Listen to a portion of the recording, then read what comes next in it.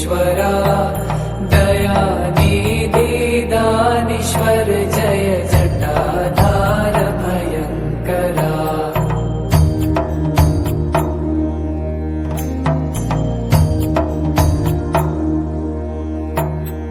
शूलपाणी त्रिशूलधारी औगडी बाघंबरी जय महेश त्रिलोचनाय विश्वनाथ विशंभरा।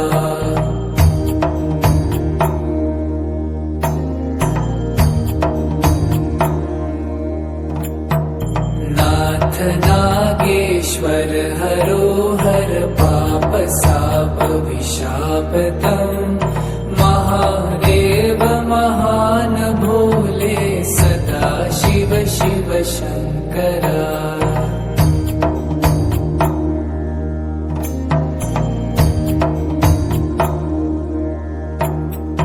जगतपति अनुरक्ति भक्ति सदैव तेरे चरण हो